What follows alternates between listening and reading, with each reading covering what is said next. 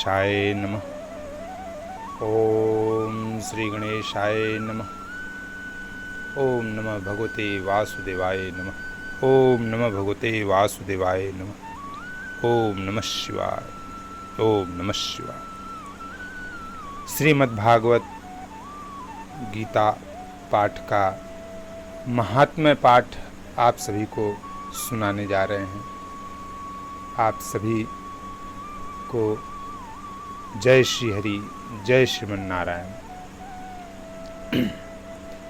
अश्रीरगिरोक्तं यक्तक्तिकं साधनमुच्यताम् अनुष्ठेयं कथं तावत् प्रब्रुवन्तु सविस्तरम् भक्ति ज्ञान विरागाणां सुखमुपपदते कथं स्थापनं सर्ववर्णेषु प्रेम पूर्व प्रयत्नतः।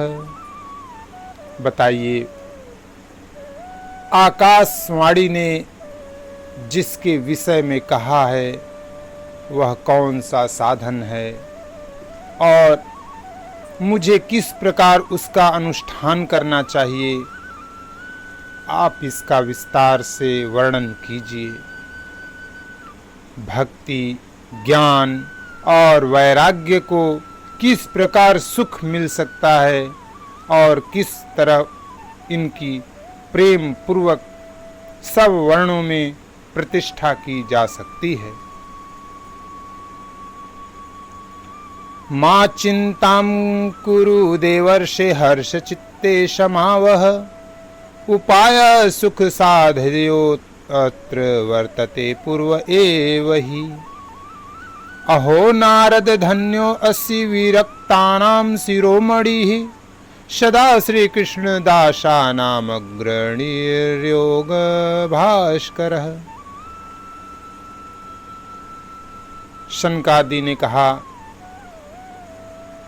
देवर्षे आप चिंता न करें, मन में प्रसन्न हों। उनके उद्धार का एक सरल उपाय पहले से ही विद्यमान है। नारद जी, आप धन्य हैं, आप विरक्तों के शिरोमणि हैं, श्री कृष्ण दासों के शाश्वत पथ प्रदर्शक एवं भक्ति योग के भास्कर हैं। त्वयि चित्रं न मंतव्यं भक्त्यर्थमनुवर्तिनि घटते कृष्णदासस्य भक्तेः संस्थापना सदा।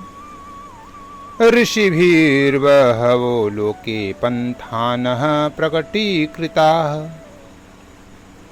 श्रमसाध्याश्च ते सर्वे प्रायः स्वगर्भफलप्रदाः वैकुंठ साधकः पन्थाः स तु गोप्यो हि वर्तते।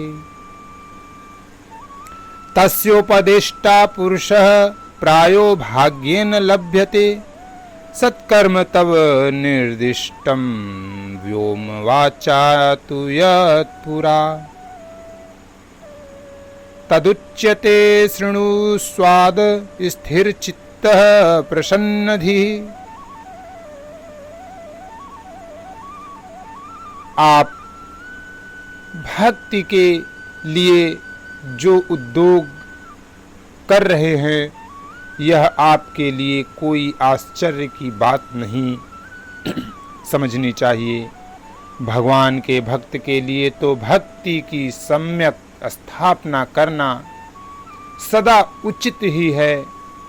ऋषियों ने संसार में अनेकों मार्ग प्रकट किए हैं, किंतु वे सभी कष्ट साध्य हैं और परिणाम में प्रायः स्वर्ग की ही प्राप्ति कराने वाले हैं।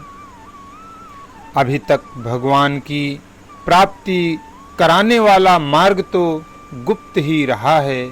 उसका उपदेश करने वाला पुरुष प्रायः भाग्य से ही मिलता है। आपको आकाशवाणी ने जिस सत्कर्म का संकेत किया है उसे हम बतलाते हैं। आप प्रसन्न और समाहित चित्त होकर सुनिए। द्रव्ययज्ञास्तपोयज्ञा योगयज्ञास्तथा परे स्वाध्याय ज्ञान यज्ञाश्च ते तु कर्म विसूचकाः। सत्कर्म सूचको नूनं ज्ञान यज्ञ स्मृतो विरुद्धः। श्रीमद्भागवत लापः सतु गीतः सुखादिभिः। भक्ति ज्ञान विरागाणां तद्वघोषेण बलं महत्। वृयस्यति द्रव्योः कष्टं सुखं भक्तेर्भविष्यति। प्रलयं हि गमिष्यन्ति श्रीमद्भागवतध्यवनयः। कलेर्दोषा इमे सर्वे सिंहशब्दाद् वृका इव। नारद जी द्रव्ययज्ञ, तपोयज्ञ, योग यज्ञ और स्वाध्याय रूप ज्ञान यज्ञ, ये सब तो स्वर्ग आदि की प्राप्ति कराने वाले कर्म की ही ओर संकेत करते हैं। पंडितों ने ज्ञान यज्ञ को ही सत्कर्म मुक्तिदायक कर्म का सूचक माना है। वह श्रीमद्भागवत का पारायण है, जिसका गान शुकादि महानुभावों ने किया है। उसके शब्द सुनने से ही भक्ति ज्ञान और वैराग्य को बड़ा बल मिलेगा। इससे ज्ञान वैराग्य का कष्ट मिट जाएगा और भक्ति को आनंद मिलेगा। सिंह की गर्जना सुनकर जैसे भेड़िए भाग जाते हैं, उसी प्रकार श्रीमद् भागवत की ध्वनि से कलयुग के सारे दोष नष्ट हो जाएंगे। श्री हरि श्री हरि। ज्ञान वैराग्य संयुक्ता भक्ति प्रेम रसावहा। प्रतिगेहम प्रतिजनम ततः क्रीड़ां करिष्यति। तब प्रेम रस प्रवाहित करने वाली भक्ति ज्ञान और वैराग्य को साथ लेकर प्रत्येक घर और व्यक्ति के हृदय में क्रीड़ा करेगी। वेद वेदांत घोषैश्च गीता पाठ है प्रबोधितम। भक्ति ज्ञान विरागाणां नोदतिष्ठत्रिकं यदा। श्रीमद्भागवतालापातक्तम् बोधमिष्यति तत्कथासु तु वेदार्थः श्लोके श्लोके पदे पदे। छिन्दन्तु संशयं हूनं भवन्तो अमोघ दर्शनाः। विलम्बो नात्र कर्तव्यः शरणागत वत्सलाः। नारद जी कहते हैं, मैंने वेदांत की ध्वनि और गीता पाठ करके उन्हें बहुत जगाया, किंतु फिर भी भक्ति ज्ञान और वैराग्य ये तीनों नहीं जगे। ऐसी स्थिति में श्रीमद् भागवत सुनाने से वे कैसे जागेंगे, क्योंकि उस कथा के प्रत्येक श्लोक और प्रत्येक पद में भी वेदों का ही तो सारांश है। आप लोग शरणागत वत्सल्य हैं तथा आपका दर्शन कभी व्यर्थ नहीं होता। इसीलिए मेरा यह संदेह दूर कर दीजिए, इस कार्य में विलंब न कीजिए। वेदोपनिषदां साराज्य जाता भगवती कथा। अत्युत्तमा ततो भाति पृथग् भूता फलाकृतिः। आमूलाग्रह रसतिष्ठन्नास्तेन स्वादते यथा। स भूयः सम्पृथग् भूतः फले विश्वमनोहरः। यथा दुग्धे स्थितं सर्पिण्णं स्वादाप्योपकल्पते पृथग्भूतं हि तद्वगव्यं देवानां रसवर्धनम् इक्षूणामपि मध्यान्तं शर्करा व्याप्य तिष्ठति पृथग्भूता च सा मिष्ठा तथा भागवती कथा। इदं भागवतं नाम पुराणं ब्रह्मा संहितं भक्ति ज्ञान विरागाणां स्थापनाय प्रकाशितम् वेदांत वेद सुस्नाते गीताया अपि कर्तरि परितापवती व्यासे मुल्हात्य ज्ञान सागरे तदा त्वया पुरा प्रोक्तं चतुश्लोकसमन्वितं तदीय श्रवणात् सगुदो निर्बोधो बादरायणः तत्र ते विस्मयः केन यतः प्रश्न करो भवान् श्रीमद्भागवतं श्राव्यं शोकदुःखविनाशनम्।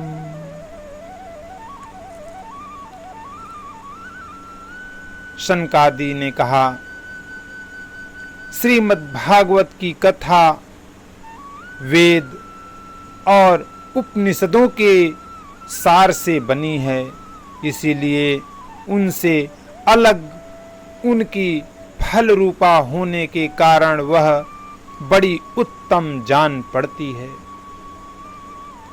जिस प्रकार रस वृक्ष की जड़ से लेकर शाखा पर्यंत रहता है, किंतु इस स्थिति में उसका आस्वादन नहीं किया जा सकता, वही जब अलग होकर फल के रूप में आ जाता है तब संसार में सभी को प्रिय लगने लगता है।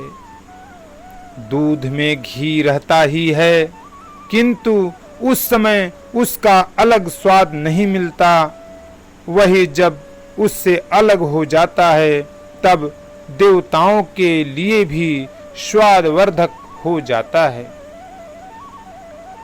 खंड ईख के और छोर और बीच में भी व्याप्त रहती है, तथापि अलग होने पर उसकी कुछ और ही मिठास होती है। ऐसी ही यह भागवत की कथा है। यह भागवत पुराण वेदों के समान है। श्री व्यास देव ने इसे भक्ति ज्ञान और वैराग्य की स्थापना के लिए प्रकाशित किया है।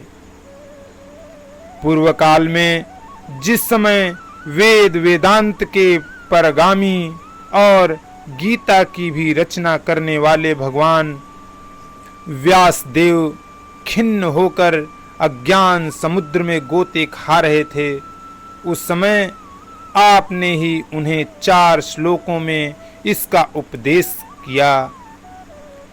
उसे सुनते ही उनकी सारी चिंता दूर हो गई थी, फिर इसमें आपको आश्चर्य क्यों हो?